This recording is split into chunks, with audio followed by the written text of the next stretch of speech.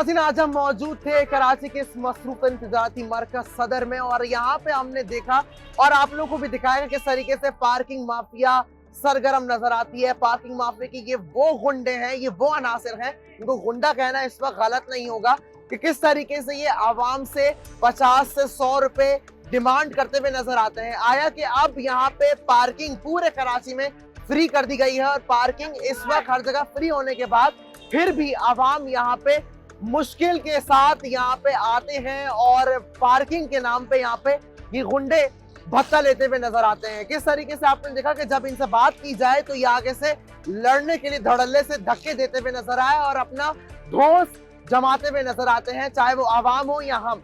ये किसी का लिहाज नहीं करते। इनको इतना नहीं पता कि अगर ये इस तरीके से कर रहे हैं तो इनको इस बात पे जेल भी हो सकती है।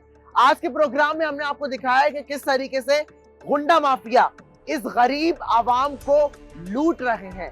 पर्ची मौजूद नहीं है लेकिन पार्किंग माफ नहीं होगी। अगर आपको कराची के बहुत सारे ऐसे तिजारती मराकज़ जहां पे इस वक्त पार्किंग मना कर दी गई है, पार्किंग माफ कर दी गई है, अगर वहां पे आना है तो आपको अपनी जेब में 50 से 100 रुपए इस गुंडा माफिया को लाजमी देना होगा ताकि आप जिस मोटरसाइकिल पे आ रहे हैं वो महफूज रह सके। सिर्फ यहाँ पे पार्किंग माफिया की बात नहीं कहेंगे, यहाँ पे जो लिफ्टर माफिया भी साथ में सरगर्म नजर आता है वो भी आवाम को इस वक्त ज़दोकोब करता हुआ नजर आता है। और अगर यहाँ पे आवाम की मोटरसाइकिलों को ये लिफ्टर माफिया उठा ले तो ऐसे में आवाम 700 से 1000 रुपए देने में मजबूर है। महंगाई के इस दौर में किस तरीके से आवाम इस वक्त 2 वक्त की रोटी खाने पे मजबूर हैं और किस तरीके से अपना गुजर बसर कर रहे हैं ये सिर्फ आवाम जानती है।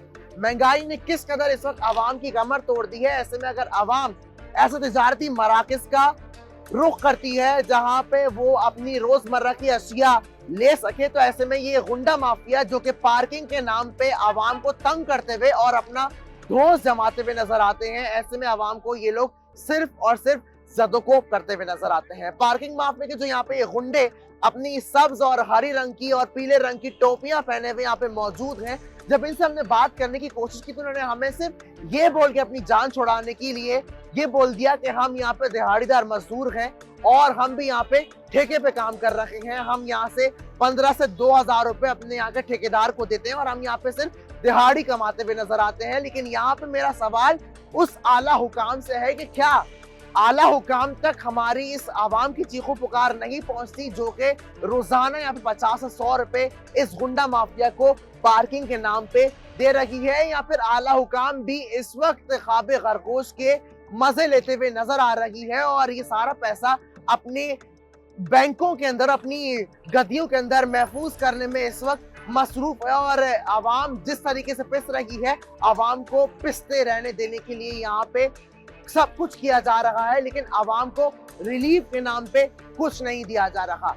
प्रोग्राम हम पूछे हैं के साथ मैं था आपका मेजबान मोहम्मद अकबर तारिक। मुझे दीजिए इजाजत। अल्लाह हाफिज।